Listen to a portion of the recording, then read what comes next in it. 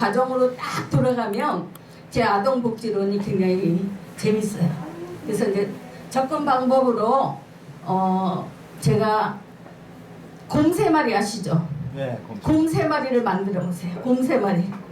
곰 3마리. 곰 3마리. 곰 3마리가 한 집에 있어.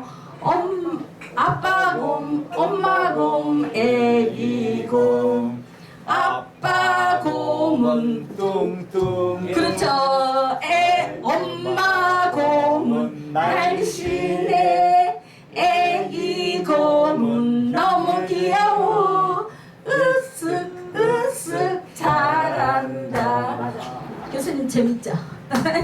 다시 한번 곰 3마리 만들어 보는 거예요. 이렇게 해도 좋아요. 이렇게 해도 시작. 곰 3마리가 한 집에 있어. 아빠 곰, 엄마 곰, 애기 곰. 아빠 곰은 뚱뚱해. 애기 곰, 엄마 곰은 날씬해. 애기 곰은 너무 귀여워. 으쓱 으쓱 잘한다. 꼭 4살을 똑같아요. 제가 중앙대학교 4년을 졸업하면서 제일 먼저 간 데가 충암유치원이에요. 충암유치원은 480명. 유치원이 저기가 명수가 480명. 그 다음에 간 데가 리라예요. 리라. 예, 리라 유치원 아시죠? 남산 밑에 있는 거. 거기도 480명. 그 다음에 간 데가 이화 유치원이야. 이화 유치원이 몇 명인지 아세요? 거기는 조금 작아요. 280명. 그래서 큰 유치원만 있었어요. 그러다가 이제 나중에 사립으로 천안으로 또 발령 나가지고 예, 거기 이화 유치원에 450명. 거기서 운영하다가 제가 결혼을 했는데 유치원은 아무리 선생님이고 원장이고 원감이어도 눈높이를 맞춰야 돼서 거기서 근무를 하면 더 늙질 않아요. 왜냐면 눈높이를 맞춰야 되니까. 그래서 제가 결혼해서 대학 독립문총신대학으로 들어간 제가 48살에 들어가 꼭각시에 들어가서 24년 근무하다가 나오니까 늙어버렸어요. 지금도 많이 늙었는데 그래서 제가 이제 아동복지론을 제가 이제 공부를 하면서 야 그래 내가 다시 한번 젊어져야 되겠다. 그쵸? 우리 이제 최고 높아야 7살이니까. 그래서 이 아동복지론은요 정말 밑으로 아동으로 돌아가지 않으면 재미가 없어요.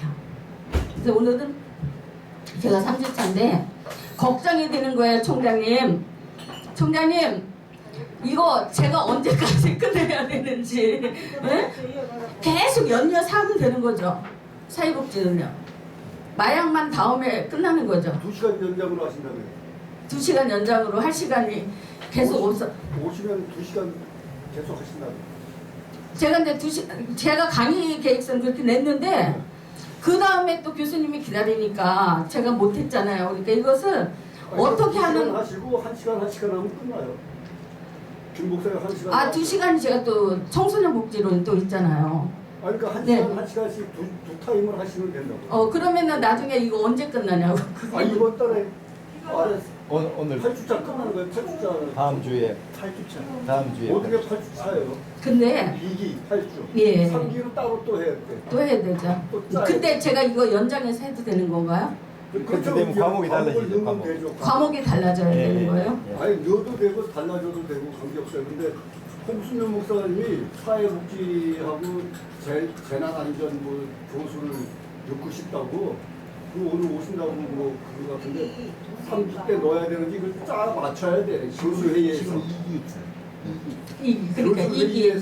근데 저는 이제 이게 제가 제일 중요한 부분만 뽑아서 해야 되는지 아니면 계속 연장해서 해야 되는지 그거를 좀 알고 싶어서요. 이 한기에 하나씩 끝내야 되는 거잖아요. 그죠? 그러면은 제일 중요한 부분만 제가 그렇죠. 하면 되겠죠. 꼭 알아야 될 분. 또 이게 이제 국가고시는 아니지만 우리가 이게 그러니까 저기 한 기수에 한 과목으로 수료증을 맞춰야지. 아동복지로 수료 마치잖아요. 예. 다음 학기에 또 아동복지로 수료 이렇게 또 해야 되잖아요. 예. 그러니까 그렇게 하시려면 그렇게 하시고 학생들은 변동된다 생각하고 그렇게 한 기수에 하나씩 한 과목씩 이렇게 끝내는 걸로 해야지. 그게 낫겠죠. 왜냐면은 우리 이제 평생교육원 그 학점은행제를 신청하려면 그 경력이 있어야 되니까, 그죠? 네. 과목의 경력이 있어야 되니까 그렇게 해야 될 것 같아요. 제가 볼 때도요.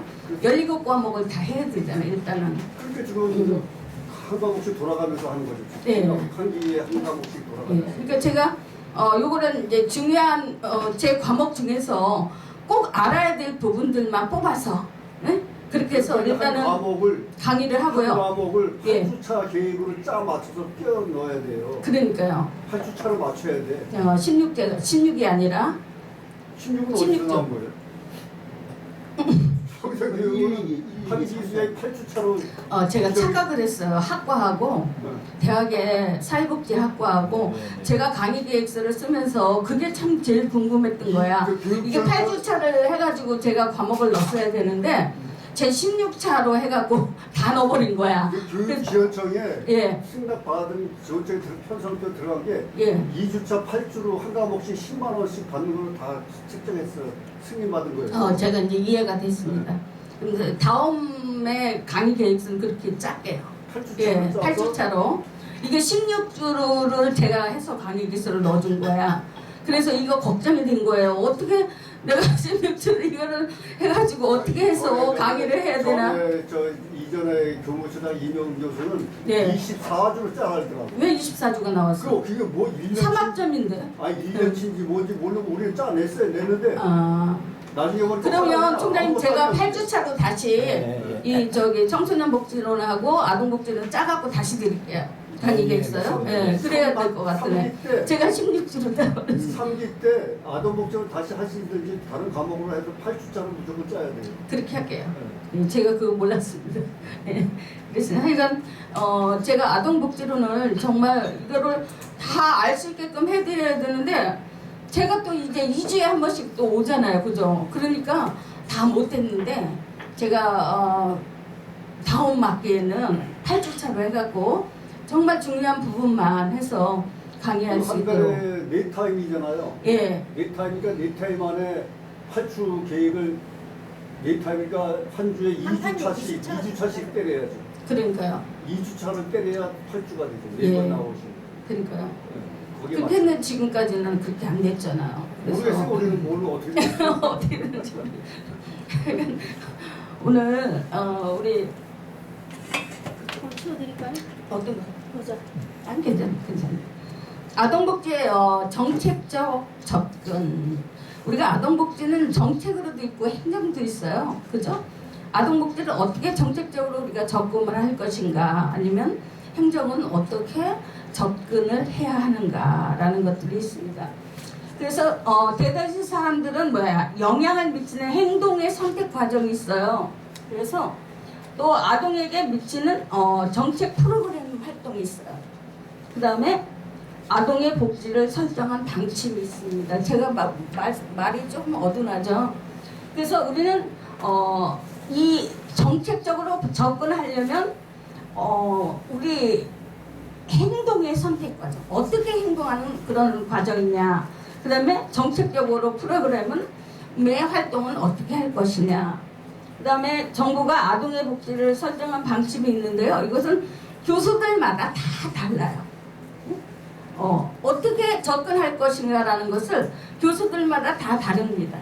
그래서 다음에 보면 아동정책에 대해서 1차 아동정책 기본 계획이 있고요. 그 다음에 2차 아동정책 기본 계획이 있어요.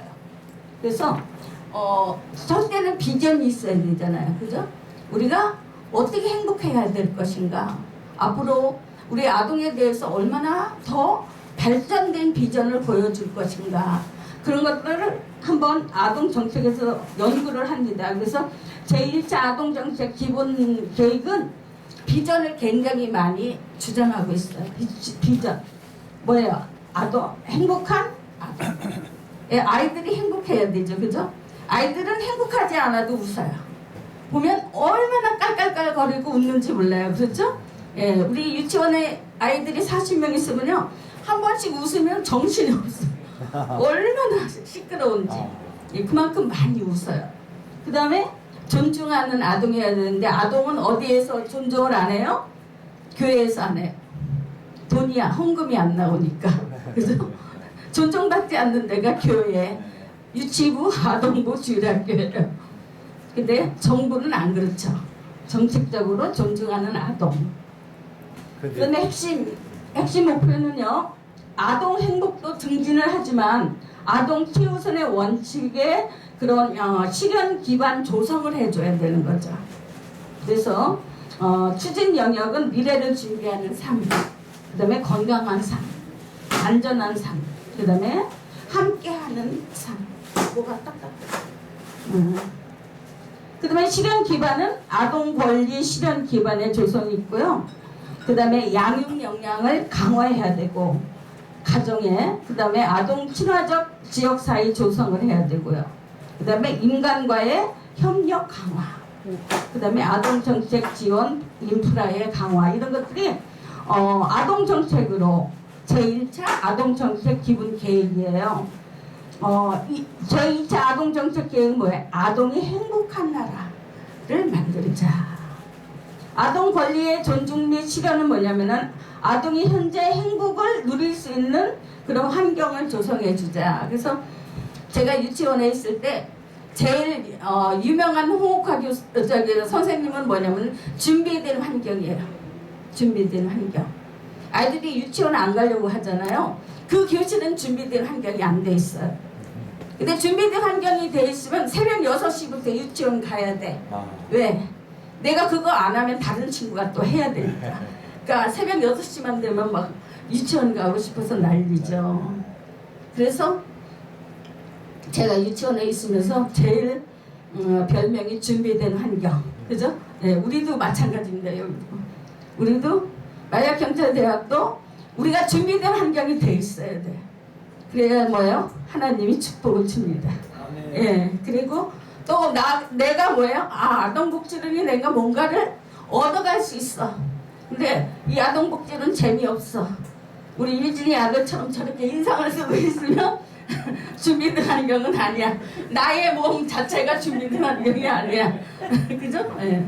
마음의 문을 열고 내가 4살이 되어서 야 아동복지론이 뭔가를 좀 배우고 가고 싶다. 그죠? 지난번에 왔을 때 김옥희 전사가 없으니까 내가 행복하지 않았어. 우리가 이렇게 정말 아동이 행복한 나라를 해주는 것처럼 우리의 모든 마음은 뭐야? 준비된 환경을 만들어주는 거예요. 그래서 유치원에 6시부터 가야 돼. 그럼 뭐야? 엄마가 얼마나 행복하겠어. 나 유치원 안 갈 거야 그러면 그건 준비된 환경이 아니에요. 가면은 재미없잖아. 그리고 유치원 갔다 오면 엄마가 무조건 이렇게 물어봐요. 너 뭐가 제일 재밌었니? 그리고 뭐가 재밌었니? 그래도 괜찮아. 너 유치원 재밌었니? 그러면 재미가 너무 많은데 어떻게 하나하나를 대답할 수 있겠어요, 그죠? 그래서 대우하는 거예요. 행진. 행진. 시위한 우리가 행복한 나라를 만들어주는 것이 우리 정책적으로 필요해요. 그러면 우리 그 아동들을 행복하게 해주려면 정책 나라에서는 어떻게 해주면 정말 행복한 나라가 될까요? 예? 목사님, 김영창 목사님, 행복한 그런 우리 아동이 되려면 아동들에게 행복한 나라를 만들어주려면 어떻게 하는 방법이 제일 좋을까요? 행복하게 해주면 되죠. 행복해 해주는 방법. 행복하게. 김주광 목사님은 교수님은 어떻게 하면 행복해져? 예. 그렇죠. 예. 유치원 교육비를 제일 싸게 해주는 거야. 그리고 안 받으면 돼. 그럼 부모님이 첫째 뭐예요? 행복하시겠죠? 예. 근데 지금은 무료예요. 얼마나 좋아요. 고등학교까지 지금 학비 무료잖아요. 정부에서 정책적으로 다 지원해 주잖아요. 100% 얼마나 좋아요. 그래서 지금 뭐예요? 유치원도 있지만 뭐예요? 어린이집으로 명칭을 바꿔서 이제 앞으로 나오겠지만요. 그게 어린이집으로 바꿔서 국립 어린이집, 네, 국립 어린이집 그렇게 해서 이제 나라에서 지원도 100%, 또 교사 봉급도 100%. 그렇게 해서 지금은 정말 유치원이 행복한 아동의 나라예요. 그래서 이 정책적으로 많이 바뀌었어요. 옛날 같지 않고, 예. 옛날에 사립 유치원은 엄청 비쌌어요. 그 전에 제가 있을 때만 해도 교육비가 38,000원, 38,000원 한 달에. 지금 말하면 한 380만 원 정도 될 거 아니에요. 그래서 한 달에 그죠? 예. 그 정도로 교육비가 굉장히 비쌌어요. 그래서 사립 유치원에 오는 것이 그렇게 쉬운 게 아니었어요.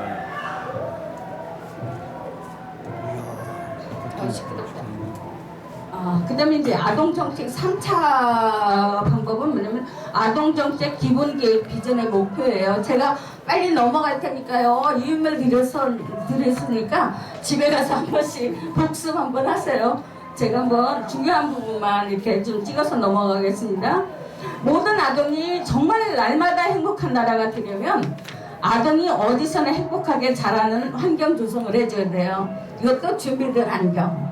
그 다음에 아동 권리를 우선 존중하는 사회 문화의 증진이 돼야 되겠죠. 아동의 문화가 바뀌어야 되는 거죠. 그래서 제가 이제 충암에 중대 나와서 첫 번째 들어가서 제가 이제 모태신앙이에요. 그래서 나는 그래도 기독교 교육을 할 거야 라고 주장을 했어요. 그래서 월요일은 새 찬송가 부르기, 그 다음에 동화도 성경 동화, 이렇게 해서 이제 저희 반만 제가 아주 그런 철학으로, 기독교 철학으로 나갔어요. 제가 교사 중심으로. 근데 누가 이거를 고발을 한 거예요. 홍옥화 선생님 맨날 월요일 날 찬송가, 그 다음에 새 찬송가 아이들, 새 찬송가를 가르쳐주고, 그 다음에 성경 동화만 해준다. 그래갖고 고발을 해버렸어요. 그랬더니 함성자 원장님이 저를 불렀어요. 홍 선생, 우리 사립에서는 기독교 교육은 안 되는 거야. 근데 제가 원장님한테 그랬어요. 원장님, 아이들이 행복한 우리 충암유치원을 만들려면 아이들이 행복해야 돼요. 제가 새 찬송가 하나씩 불러주면 아이들은 너무너무 행복해요. 그리고 동화도 우리 유치원 동화들은 너무 많이 알잖아요. 그죠? 근데 우리 성경 동화 하나를 해주면 아이들이 너무너무 행복해해요. 그러니까 원장님이 하지 말라면 안 하겠지만 저는 할 겁니다. 그래서 그랬더니 우리 함성자 원장님, 그럼 홍옥화 선생님이 사표 내야 돼 그러시는 거예요. 그리고 사표 내죠 뭐. 사표 내면 되죠. 사표 안 내면 잘릴 수도 있는 거죠. 그렇지만 저는 우리 아이들이 행복하게 하기 위해서는 저는 이렇게 할 겁니다. 그래서 저는 거기서 7년 동안 있을 동안 제가 월요일마다는 매일 새 찬송가, 그 다음에 성경 동화 이렇게 해서요. 우리 아이들이 졸업할 때쯤 되면 아이들이 얼마나 밝고, 응? 하나님의 사랑보다 좋은 게 어디 있겠어요? 그죠? 우리는 다 믿는 사람이니까 맞아 그러지만 안 믿는 사람들은요, 절에 다니는 아이들도 많잖아요. 유치원에도 40명 중에. 그 다음에 원돌이교도 있어요. 그런 아이들도 제가 새 찬송가 부르고 가르쳐주고 또 성경동화 해주면 엄마는 뭐 배웠니? 하고 물어볼 거 아니에요. 집에 가면 우리 선생님이 너무 좋은 거 가르쳐줬다고 막 이렇게 얘기한다는 거야. 아이들은요. 왜? 자기가 행복하니까. 예. 근데 자기가 잘못하면은 그거 엄마한테 절대로 고발 안 해요. 예. 근데 제가 이제 그렇게 1년 동안 쭉 이렇게 교육을 시켜보니까 달라요. 얼마나 밝고, 기독교 교육을 받은 아이들은 굉장히 밝아요. 예, 거짓말 안 해요. 누가 봐서 위에서 하나님이 보이니까 절대 뭘 훔치지 않아요. 그래서 저희 반 아이들은요 정직하고, 그래서 나중에 우리 함승자 원장님 그랬어요. 야, 홍옥화 선생님 반으로 가려고 하는 아이들이 많다. 그렇게 나중에는 소문이 나가지고 그래서 제가 7년 동안 있을 동안 거기는 결혼하면 못 있어요. 미스만 사립은 절대로 결혼하면 안 쓰거든요. 왜냐면 역할이 많으니까 게을러지니까 그래서 안 쓰고 제가 이제 거기 결혼하면서 그만뒀는데요. 하여간 제 뭐랄까요, 제가 지금도 정말 기독교 교육은 참 중요하다. 정말 이 모든 내 밑에 있는 제자들은 다 배워야 된다. 그렇게 생각을 하고 그렇게 뭐랄까 뚝심이라고 그래야 되겠죠? 네, 제가 가지고 있는 종교 철학을 우리 어린 3살적 버릇이 여든간다는 그런 것이 저는 굉장히 중요했어요. 그래서 우리 반 아이들은 언제나 새 초성과 그 다음에 새 뭐예요? 새 성경 동화. 그래서 아이들은 반복 교육하면 자꾸 알아들어요. 그죠? 걔네들은 언어 중에서 우리가 듣기가 가장 중요하잖아요. 듣죠? 들으면 계속 반복적으로 들으면 아이들은 이게 반복이 암송이 돼요. 그래서 교회 가면 선생님들이 막 놀랜다는 거예요. 너는 어느 유치원에 다니는데 그렇게 성경 암송도 잘하고 성경 동화를 잘하고 인물을 잘하냐. 인물을 성경 동화에 나오는 인물을 너무 잘하는 거예요. 그죠? 다윗 같은 거 얼마나 좋아요. 그래서 여기에 보면은 아동 권리를 우선 존중하는 문화 증진. 옆에 거는 제가 생략하겠습니다. 그래서 아동 정책의 제 3차는 뭐예요? 아동 정책 기본 계획의 비전의 목표고요. 그 다음에 1차는 아동 정책 기본 계획이고 2차는 뭐예요? 아동 정책 기본 계획 중에서 아동이 행복한 나라. 그런 것들을 알고 계시면 좋겠습니다. 아동복지 정책에는요. 이제 이거는 굉장히 중요한 부분이에요. 어디서 무엇을 하는지를 알아야 되니까.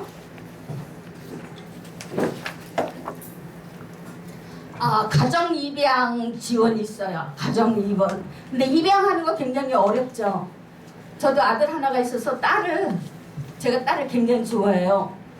그래서 딸을 입양을 하려니까 하나도 안 맞는 거예요. 직장 생활하면 안 되죠. 첫째가 그거에 딱 걸려버린 거예요.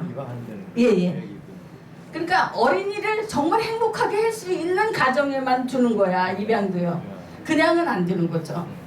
직장도 다니지. 또 이제 여러 가지가 저기가 있는데 이 가정 입양 지원은 뭐냐면요. 입양 특례법이라는 게 있어요. 그래서 국내 입양을 우선 추진하며 국가가 비용을 지원하고 법원이 입양을 허가하는 제도예요. 입양도 이게 법원에서 허가가 돼야 돼요. 그렇지 않으면 아들, 딸도 절대로 가져올 수 없습니다. 그 다음에 가정 위탁 보호가 있어요. 가정에서 위탁하는 보호가 있는데 이거는 보호 대상자를 보호하여 적합한 가정에 일정 기간 위탁하는 거죠. 1년이나 한 달, 1개월이나 이렇게 위탁하는 그런 것들이 있습니다. 그 다음에 소녀 가정 지원이 있어요. 우리 소녀 가정. 이게 우리 이제 저희도 청소년 범죄 예방 체험학교를 가지고 있는데요. 비영리 법인으로. 거기서 제가 이제 실적으로 소녀 가장 그 아이들에게 지원할 수 있는 것이 2개 있었어요. 뭐냐면 고구마 보내기, 천평에다 고구마 심어서 고구마 소녀 가정에 먼저 한부모 가정에다 먼저 한 박스씩. 한 박스지. 그렇게 보내고 그다음에 겨울에 긴장 담아서 긴장 보내기. 긴장 보내기. 소녀 가정에게 그다음에 한부모 가정 아이들에게 아동한테는 그렇게 하고요. 그다음에 이제 우리 종교는 우리 교회는 좀 어려운 교회들 그런데 한 박스씩 보내기도 하고 그렇습니다. 그래서 가정 위탁 보호보다도 소녀 가정 지원이 18세 미만 우리 그 보육원 그런 데서 또 18세 이상이면 거기 못 있잖아요. 그죠? 고등학교 졸업하면 나가야 돼. 나가야 되는데 그 아이들의 문제가 굉장히 심각해서 우리나라에서요. 예. 어느 가정으로 위탁도 있지만 가정 위탁도 있지만 어디로 보낼 것인가, 그죠? 그게 굉장히 아이들에게는 소중한 그런 기간이죠. 그래서 18세 이상 되면 보육원에 있던 애들은 나가요. 근데 저희가 이제 노숙자 복지를 하다 보니까 주민등록증이 없는 아이가 있어요. 그런 사람들은 나라에서 정보미도 안 줘요. 우리나라 사람이 아니니까. 근데 그 사람들은 언제 나왔냐? 어렸을 때 나온 거예요. 뭐 초등학교라든지, 예, 그런데 중학교라든지 이런 데 나와서 그냥 자기가 주민등록을 만드는 거야. 만들어요. 그러니까 우리 대한민국 사람이 아니야. 예, 입력해보면 다 알거든요. 그래서 자기는 주민등록을 가지고 있다고 하지만 그건 가짜로 만든 거예요. 그래서 이런 우리 정부 지원이 시작됐지만 1985년에 소녀 가정 지원이 1985 이거 시험에 많이 나오거든요. 연도를 잘 기억하셔야 돼요. 1985년도에 정부 지원 사업으로 소녀 가정이 지원이 시작됐어요. 근데 많이 안 나와요. 그래서 그 아이들이 소년이나 소녀들은 다 가서 직장 생활하고 학교 다니면서 야간 고등학교 다니면서 막 그 하는 거 보면 참 불쌍하더라고요. 제가 이제 학교에서 그거를 받기도 하고 또 동사무소에서 소녀 가장들의 명단을 받기도 해요. 그리고 이렇게 좀 한번 확인을 좀 해보면 진짜 상담을 해보면 정말 취약의 계층이에요. 완전히 그래요. 너무 불쌍해요. 그러면 한 40명 다 주고 싶은데 저희는 또 한도가 있으니까 저희가 1000평에다가 고구마 심으면 250박스 나와요. 250박스. 그래서 소녀 가정 아이들은 한 50명, 그 다음에 한부모 가정 아이들 50명, 그리고 100박스잖아요. 100박스 보내고 나머지 것들은 좀 이런 어려운 교회 목사님들 또 그 주위에 좀 취약한 그런 사람들 그런 데다 한 300박스 아니 한 200박스 보내고 50박스는 우리가 먹는데 그렇게 많이 먹지는 못해요. 그래서 250박스 되면 500평 되겠는데요. 아니 우리가 농사를 잘 못 지니까 250박스 나오는 거지. 1000평이야 1000평. 1000평에? 응. 1000평에 250박스 되면 좀 적게 나옵니다. 작게 나온 거죠. 제가 농사를 잘 지을 줄 몰라가지고. 제가 500평에 예. 500평 같으면 250박스 나올 수 있다 이렇게 예상이 되는데 1000평을 했으니까. 근데 이제 이게 점점점 늘더라고요. 이제 경험이 좀 쌓이니까. 예. 그래서 나중에는 우리가 한 350박스까지도 한번 아마 캤을 거예요. 여주 삼북이라고 거기는 정말 잘 돼요. 고구마가 그렇게 맛있어요. 저는 다른 고구마 안 심고 이제 고구마 얘기가 나왔네. 꿀고구마라고 있어요. 제일 싼 고구마가 무슨 고구마냐면 밤고구마예요. 밤고구마. 예. 꿀고구마에서. 네, 밤고구마. 그다음에 두 번째가 비싼 게 호박고구마. 호박고구마. 예. 그다음에 세 번째가 자색고구마라고 있어요. 이거는 암세타만 나갔는데요. 예. 근데 그거는 한 나무에 하나밖에 안 열려. 수확이 없어요. 수확이 없어요. 저희가 반은 꿀고구마 심고 반은 500평은 자색고구마 심었거든요. 그때 우리 실패했어. 실패한 거죠. 저는 몰랐기 때문에. 예. 그래서 실패해가지고 다음에는 그냥 다 꿀고구마 심었어요. 왜냐면 이게 경험이 없으니까 다 그런 실패작이 되는 거죠. 그래서 고구마는 수확이 어려워요. 어려워요. 예, 흠 생기고 하면은 상품 가치가 떨어지니까. 저희는 파는 건 아니었지만 그래도 맛있었어요. 고구마 맛있고 지금도 이제 우리 그 노화복지원에서 우리 원장님 땅이 한 400평 있었어요. 그래서 그거를 그냥 매일 그냥 다른 사람 줘갖고 콩 심고 엉망진창이었는데 제가 5일간에는 원장님 저 주세요. 제가 감자 심고 고구마 심고 꽃을 심을 테니까 저 주세요 그랬어요. 그동안 제가 한 7년 동안 경험이 있잖아요. 그래서 감자도 우리 지난번에 강만영 목사님 감자 남으면 한 박스 좀 가지고 와 그러시는데 우리 어르신들이 하루에 100 100그릇에 밥을 해. 100그릇. 응? 아침 점심 저녁.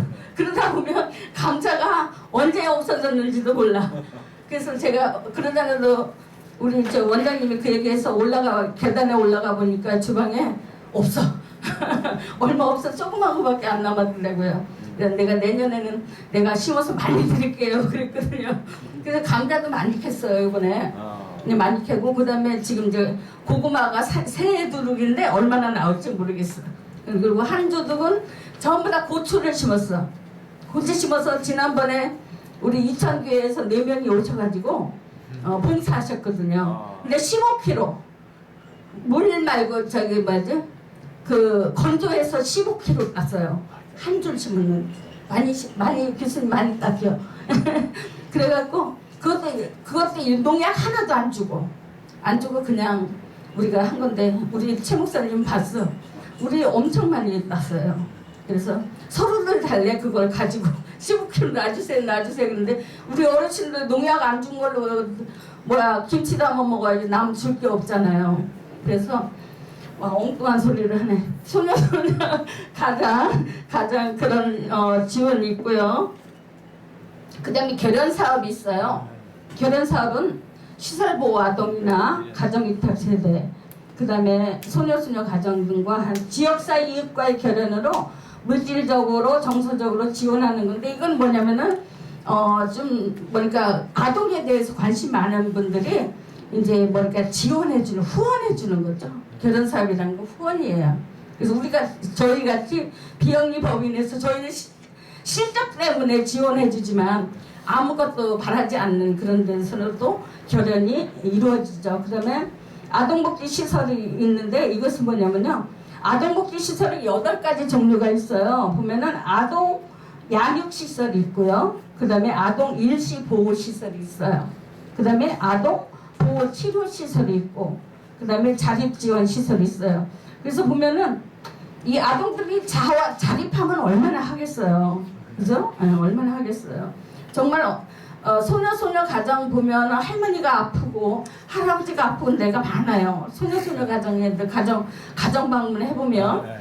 그래서 저희도 이제 정말 고구마 하나, 김장 한 박스 보내지만 제일 어려운 곳을 제가 보내거든요.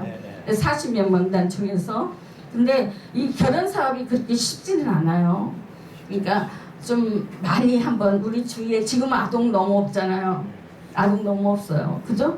네, 그러니까 한번 우리 주위에 소녀소녀 가정 있으면 한번 우리 목사님들이니까 우리 교수님들이니까 한번 둘러보는 것도 좋아요. 근데 지금 작년에 제가 못했어요. 노화복지원에 와서는 결혼해 줄 게 있어야지.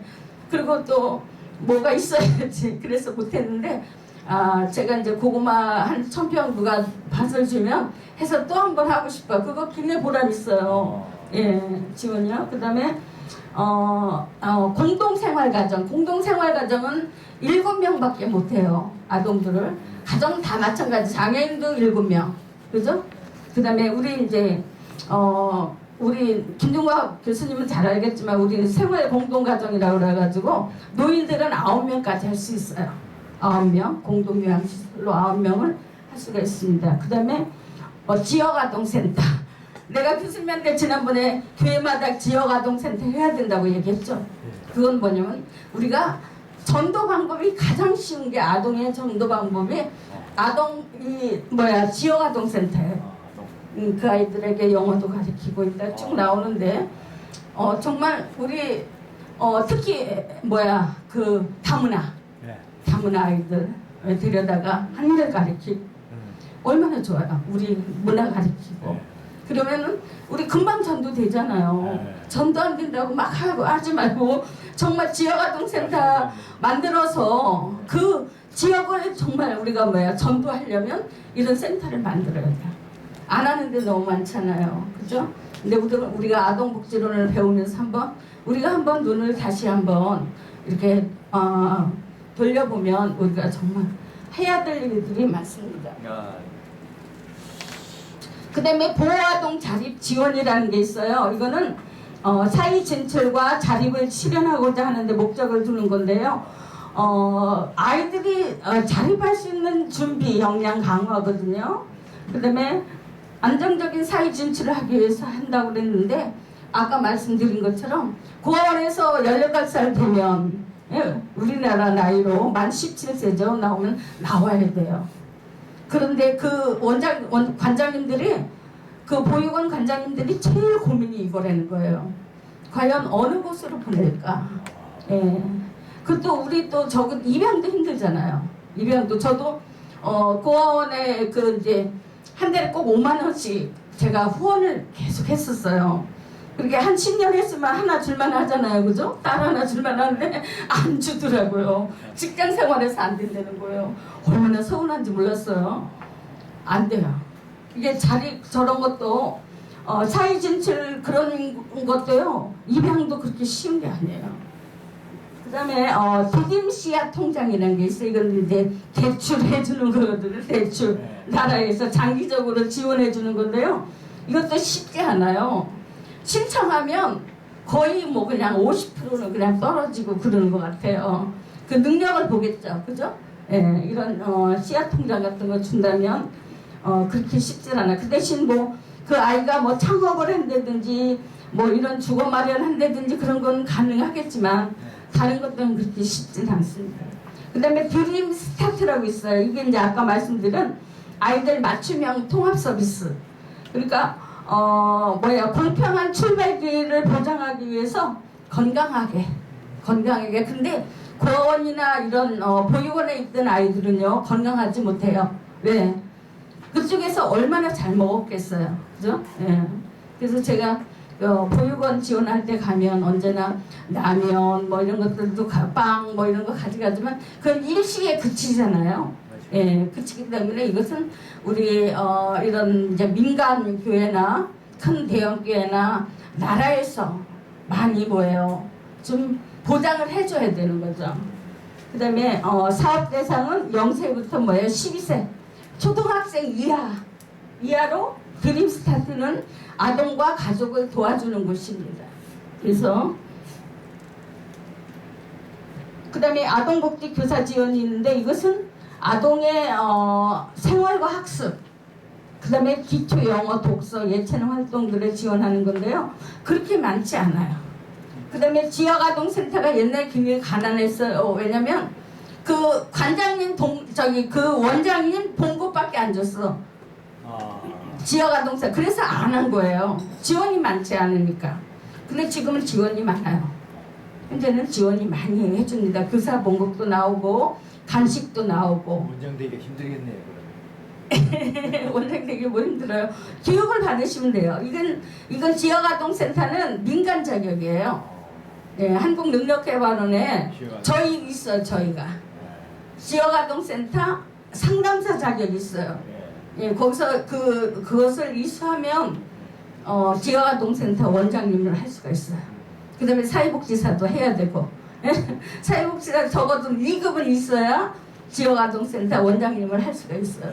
예. 그 다음에 경계선 지능아동 맞춤형 사례 관리 서비스인데 이거는 1916년 얼마 안 됐죠. 시범사업을 시작해서요. 맞춤형 자립지원, 그 다음에 사례관리 비용, 전문 인력 교육, 컨설팅, 심리검사들을 지원하는 사업이다. 이런 것은 하나하나 지원이 가능하더라고요. 제가 보니까요.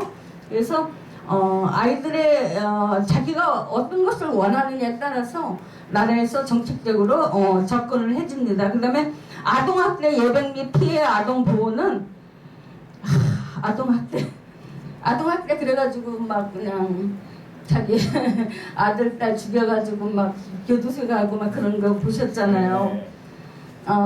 미국은 개를 학대해도 잡아가요. 개를 멍멍이를 학대해도 잡아갑니다. 근데 우리나라는 뭐예요? 자기 자녀를 학대하는 건 있을 수가 없잖아요. 우리 지금 노아복지원에 윤재용 어르신이라고 있어요. 그분이 홍대 미대 다니다가 2학년 때 군대를 갔는데 그때 맞았대요. 맞아가지고 지금은 완전히 그냥 뭐라고 그래야 될까요? 아무것도 몰라요. 거기에 치매까지 왔어. 너무 불쌍해요. 그분 보면요. 그런데도 뭔가는 있는 것 같기도 하고 어떤 건 새벽 2시에도 와서 새벽 예배 보려고 앉아있고 그런 경우를 볼 때 그분이 정말 홍대 미대 나온 사람인가라는 생각이 들어요. 근데 이제 그분은 이제 큰 청년기에서 그렇게 됐지만 아동 때 학대했던 애들은 얼마나 힘들겠어요, 그죠? 앞으로 이제 성폭력 나오면 제가 사례를 좀 사례 발표를 하겠지만 정말 우리나라 너무 힘든 게 많아요. 그다음에 실종아동 보호 및 지원입니다. 이것은 우리가 실종아동 등의 보호 및 지원에 관한 법률로서 하는 건데요. 신고, 첫째는 신고하고 그 다음에 보호, 일시 보호 이런 것들을 체계적으로 운영하면서 처벌 규정을 통해서 신속한 발견과 보호를 도모하는 사업이라는 거 하는데 우리나라 그렇게 쉽지 않습니다. 그죠? 과연 모르는 아이들이 왔는데 보호해주는 데가 얼마나 있겠어요. 그죠? 제가 청소년 범죄 예방 참학교 하면서 보호시설을 조금 했었어요. 했는데 문제를 너무 많이 일으켜요. 오면은 뭐 훔쳐가고 마음대로 막 하고 막 그런 데서 보호한다는 게 쉽지는 않습니다. 그래서 이것을 정책적으로 접근을 하는 것이 우리가 올바른 접근 방법이죠. 그 다음에 이제 아동복지 정책적 접근 중에서 아동복지 전달 제가 말드리겠습니다. 전달 체계가 있습니다. 이것은 행정 전달 체계가 있는데 이것은 행정 조직과 민간 조직. 그러니까 우리나라에서 못하는 것은 거의 교회에서 많이 하잖아요. 예, 교회에서 많이 해요. 근데 어젠가 어디 뉴스에 보니까 교회에서 아동을 막 데리고 있는 아이를 막 학대를 해가지고 막 그 경찰이 잡아가는 그런 것들을 봤어요. 근데 민간이 할 때는 뭐예요? 좀 잘해야 되죠. 모범적이어야 되죠. 그죠? 아, 역시 교회가 뭔가 다르다. 이런 걸 느껴야 되는데 그렇지 못할 때가 많잖아요. 그래서 우리는 민간 조직에 의해서 전달이 되는데 주로 공공기관, 나라에서 해야만 되는 행정조직이 훨씬 더 효과적이겠죠. 그죠? 예. 그 다음에 아동복지 기관 종사자들이 있어요. 아동복지 종사자는 보건복지부와 지방자치단체의 아동복지 관련 부서의 복지 담당 공무원이나 사회복지 담당자들. 이것은 뭐냐면 아동복지 서비스를 하기 위해서는요. 전부 사회복지 공부를 해야 되는 거예요. 사회복지 공부 안 해갖고는 근무를 할 수가 없는 거예요. 그래서 여기는 종사자를 있기 위해서는 복지 담당 공무원이나 사회복지 담당자들이 전부 사회복지 자격이 있어야 된다는 얘기죠. 그 다음에 민간 부분은 비영리법인에 의해서 저희같이 청소년 범죄 예방 참호학교 그런 민간단체, 그 다음에 사회복지 시설, 기관, 그 다음에 단체에 종사하는 인력들이 이것을 민간 부분에서는 허용을 하는 거죠. 그래서 우리 사회복지 여기는 이제 다 공부하러 오셨지만 우리 사회복지 자격 다 따야 돼요. 그죠? 우리 아동을 우리 안으로 또 청소년을 우리 안으로 오려면 전부 우리가 공부를 해서 자격을 따야 된다는 얘기죠. 그 다음에 아동복지법은요. 아동복지시설 이건 제가 전달 체계만 설명하고 넘어가겠습니다. 집에서 전부 읽어보셔야 돼요. 아동복지법은 전달 체계는 아동복지시설에서 전달을 합니다. 그 다음에 입양특례법은 입양기관 우리나라 한 군데 있잖아요. 마포로 그죠? 예, 거기서만 우리 입양을 전담을 합니다. 그 다음에 이제 실종아동 이거는 경찰청이나 실종아동 전문기관에서 보호를 합니다. 접근을 합니다. 그 다음에 아동학대 범죄 처벌 이런 것들은 아동보호 전문기관이나 경찰, 법원 저희가 청소년 범죄 예방 참학교 하면서 제일 먼저 경찰서에 와서 이런 죄를 지으면 이런 벌을 받는 학교예요. 그래서 일단 들어오면 경찰서에서 이제 조사를 받아요. 조사관한테 조사받고 그 다음에 이제 어디로 가냐면은 거기 보면 구치소라 그러죠. 구치소에 가서 기다렸다가 그 다음에 이제 검찰청에 가서 검사한테 다시 조사받은 것을 다시 검사를 받아요. 그죠? 검사한테 그러고 나서 법원으로 넘어가요. 법원으로 넘어가면 이제 법원 판사가 에? 너는 이런 죄를 졌으니까 3시간 봉사활동을 해라. 또 너는 1박 2일이니까 너는 8시간 봉사를 하라. 너는 2박 3일 그거는 가족 체험이니까 너는 12시간을 봉사하라. 이렇게 해갖고 봉사 명령을 내리면 가요. 근데 가기 전에 뭐예요? 얘네들은 법원 구치소 감옥에 들어가요. 예, 저희 감옥도 다 있었어요. 유관순 누나가 볼 수 있는 하늘을 쳐다보는 감옥도 있었어요. 그래서 하나 딱 들어가. 이제 제가 이제 학교 폭력 나오면 저희 이제 PPT 보여드릴 거거든요. 그 감옥으로 들어가면 하나씩 다 보내요. 하나씩 들어가면 거기서 이제 수의복 입고 고무신 차고 고무신장 신고 그러고서 이제 거기서 반성문 써요. 그러면 학교폭력 담당 경찰관이 와서 싹 색소폰을 불어줘요. 당신은 사랑받기 위해 태어난 사람. 응? 유진아 맞지? 저 양반도 그때 조사관으로 있었어요. 조사관. 학생들 오면 조사관. 그 다음에 어머님은 해. 그래도 당신은 사랑받기 위해 태어난 사람 만나면 안 울어. 근데 어머님은 딱 나실 때 괴로움 딱 불어주면 애들이 눈물을 죽죽. 그렇게 해서 나는 절대 죄를 안 진다. 학교폭력은 저희가 100% 근절했어요. 학교가요. 그런 학교를 저희가 운영했었거든요. 나중에 이제 학교폭력 나올 때 제가 PPT 보여드릴게요. 그 다음에 아동 빈곤이나 이런 것들은 빈곤 예방은요 행정기관 아동복지부서에서 하고 있어요.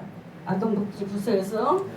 그 다음에 영유아보육법은 뭐야 유치원 아이들이죠. 7세 이하의 취약전환. 그 다음에 장애아동복지지원법은 장애아동지원센터. 요새 장애들에 대해서 얼마나 지원을 많은지 몰라요. 많이 하더라고요. 그래서 저도 장애인 쪽으로 요새 눈을 조금 돌려요. 예. 그 다음에 보호관찰 이거 나와서 제가 하나 사례 발표할게요. 우리 청소년 범죄 예방 체험학교 남원에서 했는데 학교를요. 거기에 있는 그 소장님이 계셔요. 응? 보호관찰소 소장님이 계시는데 이분이 얼마나 우리가 자기네들이 보호관찰소 아이들이 오면 저희한테 다 보내요. 왜냐면 다른데 어디 가서 뭐 이렇게 뭐라 해야 되나 그건 이제 시간 이수를 해야 되는 거잖아요. 그럼 보내면 다 가서 엉망진창을 하고 오는데 우리 학교에 와서 감옥에 한번 구치소에 딱 갔다 오면 100% 근절인 거야. 보호관찰 애들이. 그래서 이 소장님이요 전국에 있는 그 보호관찰소는 다 돌아다니면서 여기 있는 아이들은 전부 청소년 예방 체험학교로 보내라. 그러면은 100% 근절이 된다. 그래가지고 보호관찰소 애들이 얼마나 많이 왔는지 몰라요. 하여간 전북은 다 왔다 간 것 같아. 그래서 이 보호관찰소가 보호관찰에 대해서 굉장히 효과를 받습니다. 근데 우리는 민간이잖아, 그죠? 나라에 사는 게 아니고요. 그 다음에 성폭력 방지 및 피해자 보호는요. 성폭력 피해 상담소가 있어요. 그 다음에 성폭력 피해자 보호시설. 그 다음에 성폭력 피해자 통합지원센터. 근데도 이 성폭력이 왜 근절이 안 되는지 저는 모르겠어요. 예? 이런 데서도 예, 아동을 이렇게 많이 지원을 해주는데도 잘 안 되는 거죠. 그건 뭐예요? 제가 어렸을 때 너는 저희 공무부가 있었어요. 바로 아버지 밑에 여동생인데 경찰서장님한테 결혼을 한 거야. 근데 이 경찰서장님이 오시면 저보고 가야 너는 금강다리 밑에서 주워 왔어 그래요. 그럼 저는 막 울어요. 왜 엄마가 낳는데 나를 왜 금강다리 밑에서 주워 왔다 그래 막 그래. 옛날에는 왜 이렇게 무식했어요, 그죠? 예.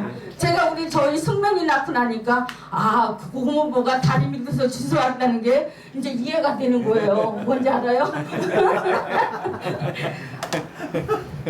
그거를 정식적으로 이론으로 가르쳤다면 얼마나 좋겠어요.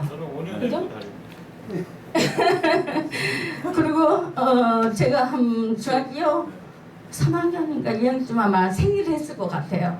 그때쯤 돼서 그거에 대해서 설명이 조금 우리 상식이 있었다면 장롱 옆에다가 버리지 않았겠죠. 갖다 감춰놓은 거죠. 그래서 엄마가 그걸 꺼내놓고 얼마나 저를 막 혼냈는지, 너는 이제 여자가 되는 건데 그거를 왜 모르고 막 감췄냐고 막 그래가지고 저는 얼마나 그때 혼났는지 몰라. 엄마한테. 왜 상식이 없잖아요. 성격을 아시죠? 갑자기 빨간 피가 있으니까 얼마나 힘들었겠어요. 그래갖고 내가 무슨 병에 걸렸나? 뭐 이러면서 이게 이 성교육이요 정말 저는 그래서 보육교사 교육원을 운영하면서 우리 그 어린이집 원장들한테 그렇게 한 거예요. 이거는 우리가 유치원 때부터 이걸 배워야 된다. 그러니까 너희들이 성교육 자료를 만들어라. 그래갖고 제가 그때 이명박 대통령 시절이에요. 가서 이명박 대통령한테 직접 들어갔어요.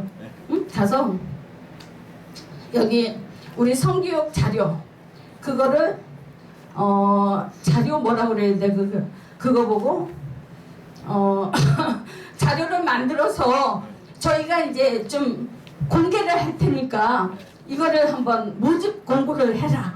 에? 성교육 뭐라 그래 동화처럼 예, 포스터로 해가지고 그거를 한번 그 모집 공고를 해주세요. 그랬더니 진짜 했어요. 서울시내 보육교사 교육원에 있는 모든 학생들한테 모집 공고를 했는데 얼마나 나왔겠어요, 그죠? 없어요. 자료가 없잖아요. 유치원에서 성교육 하려도 자료가 하나도 없어. 그래서 그 자료를 만들려고 동화 자료로 만드는 거죠. 동화 자료로. 그래가지고 만들어서 제가 대상 탔어요. 저희 보육원에서. 왜? 그만큼 그거에 대한 절실하니까.